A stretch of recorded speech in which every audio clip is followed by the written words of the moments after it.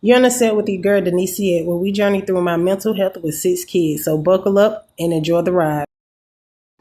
Welcome back to Let's Talk podcast, hosted by your girl Denise. This is a part 2 of a backstory of me. Duh, because I'm the one doing the podcast, right? Anyway, I'm a mother of 6. I have 4 boys, 2 girls. 3 of my oldest sons suffer from mental health disorders. The oldest suffers from ADD and anxiety. The second oldest was diagnosed with ADHD, anxiety, and ODD. The third oldest was diagnosed with ADHD combined with autism. And I was diagnosed again with bipolar disorder, schizophrenia, split personality disorders, PMDD, PTSD, and social anxiety. And a little backstory about myself is I didn't get this diagnosis until 2019 when, once again, like I stated in a previous podcast, I had to go to the mental ward. And that's when I found out that I was suffering mentally all these years from the trauma that I was dealing with as a child. And it was triggering me in childhood with raising my children to the point that I really didn't let anybody watch my kids.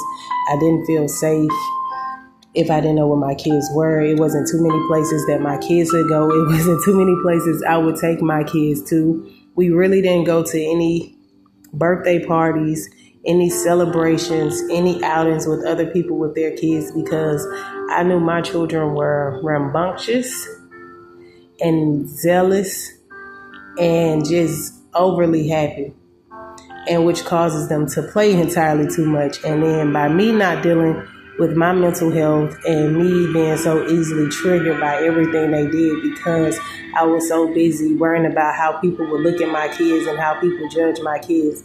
So I would just not go anywhere, do anything with anybody else and their kids, not because I felt like my kids was better than them. I just didn't want my children to be judged by people.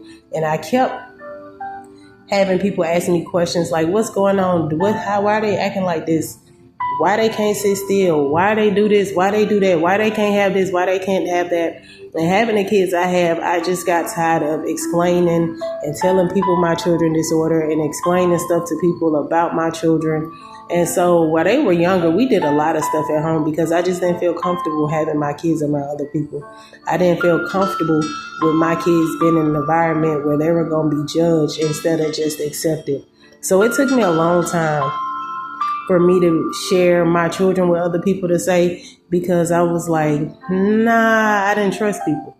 I really had a hard time trusting people, which again comes from my trauma, from what happened to me as a child, and not really getting the help I needed growing up or being able to escape the environment. It really shaped who I am as a person now, and it dictated a lot of decisions that I made in life.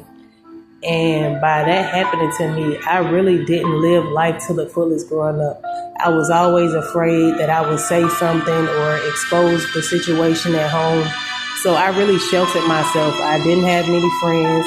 I didn't go to many parties. I didn't do school activities. I really wasn't the person that wanted to be involved in a lot of school activities because I didn't want to say something that would imply that I was being touched at home and cause my mama to get in trouble. So a lot of things I suffered in silence. And I think that's part 2 of the reason why I had the mental breakdown I did after my grandma passed, because I held so much in that I wanted to tell her that I never told her.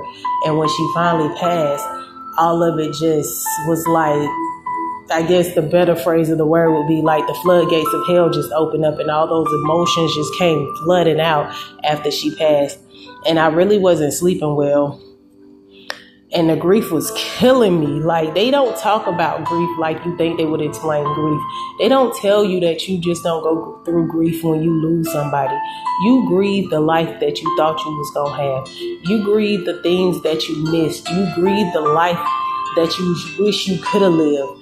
Like, I don't regret many decisions, but the decision I do regret is not being open and honest with my grandmother before she passed. Because if I would have opened up and told her what was going on, and not be so afraid of how my family would look at my mom, or the judgment that she was going to face, or the backlash that she was going to face from the situation that I was going through, it probably wouldn't have taken me so long to get help, because when I was growing up, after I turned 16, 17, I was living a fast life. Like, I didn't care. I didn't care if I was going to see tomorrow. I didn't care if I was going to make it to 21. I honestly didn't care about anything in life, because it was like, it didn't matter. Nobody cared about me anyway, because I was suffering. I had suffered for so long. And when I finally had my children, that's when I was like, okay, I need help. I need to figure something out, because this can't be it.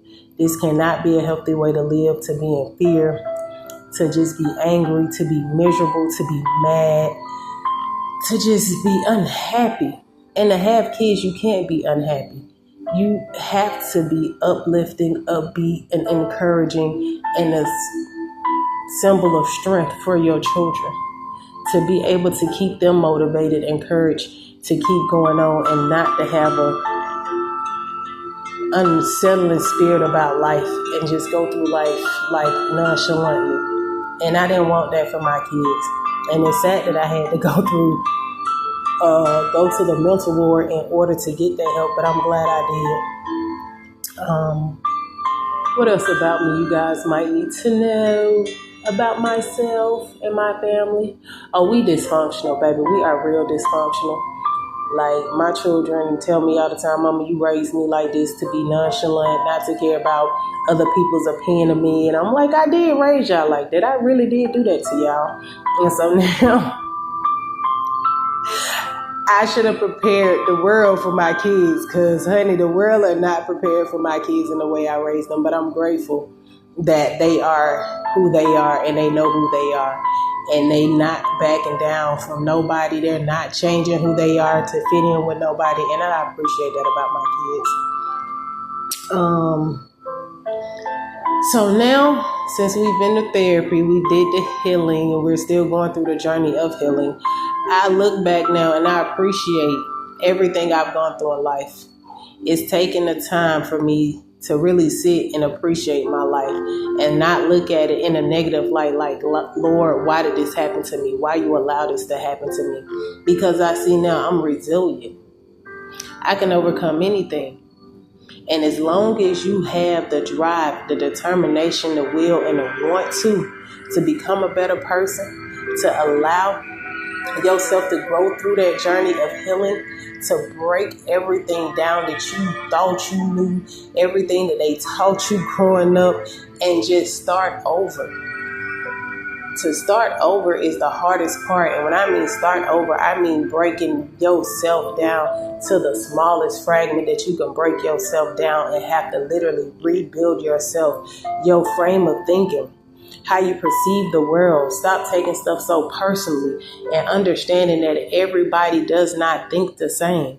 And that's one thing that I think that we all need to do as a people collectively, is stop saying that statement, common sense ain't common.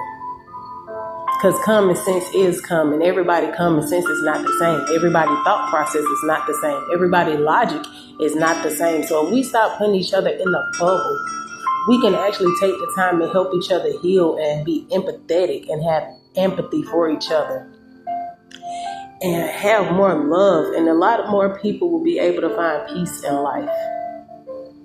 And that's where I'm in life now. I'm at peace. And right now, I just want to help other people find their journey, and let them know it's okay to go ask for help. It's okay to let somebody know, hey, I'm not okay. Hey, I need help. Hey, do you see me? I'm struggling. I'm drowning. It's okay to go talk to somebody, because we all need help. We all have suffered some form of trauma. We have all suffered some form of grief. We're all grieving something. So this is why I started this podcast, to bring us together, not just women and single mothers, but to bring us together as a community, as a people, to continue to encourage and to uplift each other, and not belittle, berate, or beat each other down, because we never know what the next person is going through. So always remember that it is okay to ask for help. It is okay to care about people. It is okay to be that strength, that light to somebody else. Because you never know how one kind word, one uplifting statement, one affirmation can just save a person's life. And that is the really sum up me as a person and how I live life, how I've gotten here in life. And as we go through these podcasts and do these episodes, you guys will get to know more about me. And as we do these podcasts, I will continue to discuss and help you guys understand the steps that I had to go through. And a lot of other discussions we'll have. I have people come over here and talk about their marriage and how counseling helped save their marriage, how counseling has helped a lot of people get through a lot of things. And counseling is not just for when you are dealing with past trauma. Counseling helps when you're overwhelmed, when you're in a dark place and you've never been there before. So I just want our community to know that counseling is okay. It is okay to go get help, because a lot of us don't think it's okay, especially the Black men in our community. I really would like for you guys to start thinking about therapy and stop having this negative notation on therapy as if you're going to be signified as crazy or that makes you less of a man. To me, it makes you a better man because you took the time to know that you could not do this on your own. You took the time to realize that you needed help. That it's okay to go get help. So join us tomorrow as we discuss another topic of Mental Health Mondays and what can help us get through our mental health and the strategies that I've used to help me on my day-to-day with my children and my mental health, and also suffering from PMDD. And we will talk about that later in another episode. So you guys stay tuned. And until next time, peace, love, and soul. It's your girl, Denise, and I'm out.